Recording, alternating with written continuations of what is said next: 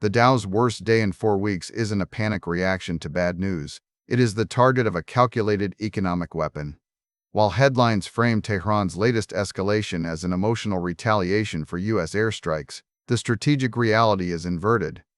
Iran is not firing missiles to destroy American bases. They are triggering global oil shocks to force market volatility that buys them political breathing room before new sanctions bite. This isn't about vengeance. It is a sanctions-shield strategy designed to make the cost of keeping Tehran contained higher than the cost of letting their economy breathe. To understand this, we must first discard the idea that state actors always act out of anger or short-term impulse. In geopolitics, desperation often looks like aggression, but it frequently follows a cold calculation of survival.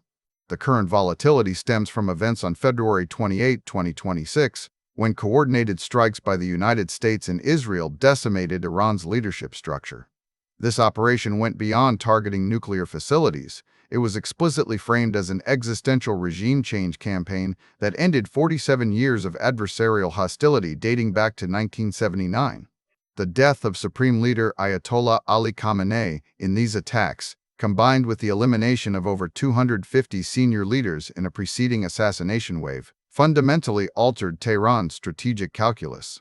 Facing what Washington declared as an effort to dismantle their government entirely, Iran abandoned conventional defense for asymmetric survival tactics. They realized that fighting on traditional battlefields would lead to total destruction. Instead, they pivoted to economic coercion, targeting the very markets their adversaries depend upon most heavily. The core of this new strategy lies in Tehran's control over a critical global artery, the Strait of Hormuz.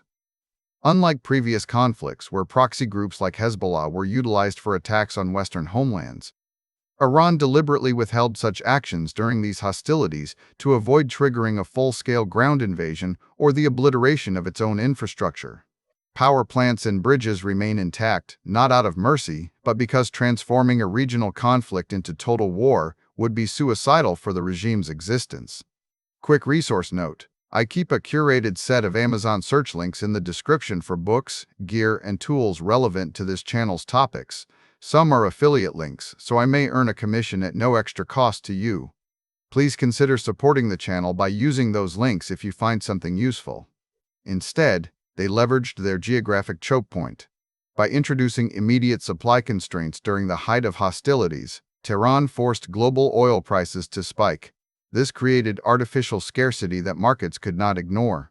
The mechanism is precise. Inducing volatility forces Western economies and their allies into a defensive posture regarding inflation and energy security. When global consumers feel the pinch at the pump or see stock portfolios bleed value due to supply fears, political will for further punitive measures against Tehran naturally dilutes. This creates a paradox where sanctions intended to cripple Iran's economy actually generate leverage for them. By making the cost of containment too high in terms of domestic economic pain, they force their adversaries into negotiations or relief measures just to stabilize markets. The escalation serves as a shield. Every drop in stock market value is not a sign that peace is failing, but evidence that Tehran has successfully weaponized the very financial systems they need to survive against new restrictions. This shift was confirmed by experts at the Center for Strategic and International Studies on April 9th of this year, who noted Iran's deliberate move from conventional warfare to economic coercion and cyber sabotage.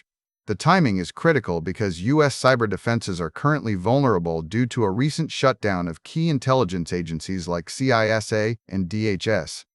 This institutional void allows Tehran to threaten further disruption with greater potency than in previous years. The result is a hybrid threat landscape where violence is displaced into civilian spaces, specifically the financial infrastructure of global markets rather than military bases on foreign soil. The U.S. vulnerability lies here. An economy that cannot function without stable energy prices becomes a hostage to its own dependence. When oil spikes, inflation rises, and political capital evaporates faster than any diplomatic argument can be made for continued aggression. This dynamic explains the rapid shift in rhetoric following the strikes. While President Trump framed the February 28 operations as ending a 47-year adversarial relationship, analysts warn that collapsing the regime does not guarantee immediate peace or political transformation.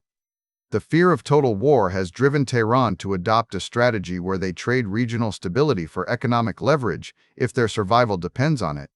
The duration of this standoff is currently defined by a conditional ceasefire lasting 2 weeks, announced as these intense negotiations. During this window, the market remains volatile because the threat of reopening the strait or launching further cyber attacks persists. The message to Washington and its allies is clear: continue pushing for regime change without offering an exit strategy, and the global economy will pay the price repeatedly until a new equilibrium is found. This framework changes how you must read every headline about rising tensions. Do not assume the state is acting out of anger or losing control. They are often executing a specific playbook, using the threat of global economic pain to force adversaries into concessions. The Dow's drop is not a failure of containment. It is proof that Tehran has successfully weaponized market instability as their primary defense mechanism against existential threats. This pattern applies beyond Iran, serving as a case study for any state facing similar pressure. They will trade regional stability for economic leverage if survival depends on it. Understanding this allows us to see past the noise of daily news cycles and identify the structural incentives driving great power competition today. The real battle is not over territory or ideology alone. It is about who can absorb the cost longer in a globalized economy where energy flows dictate political outcomes.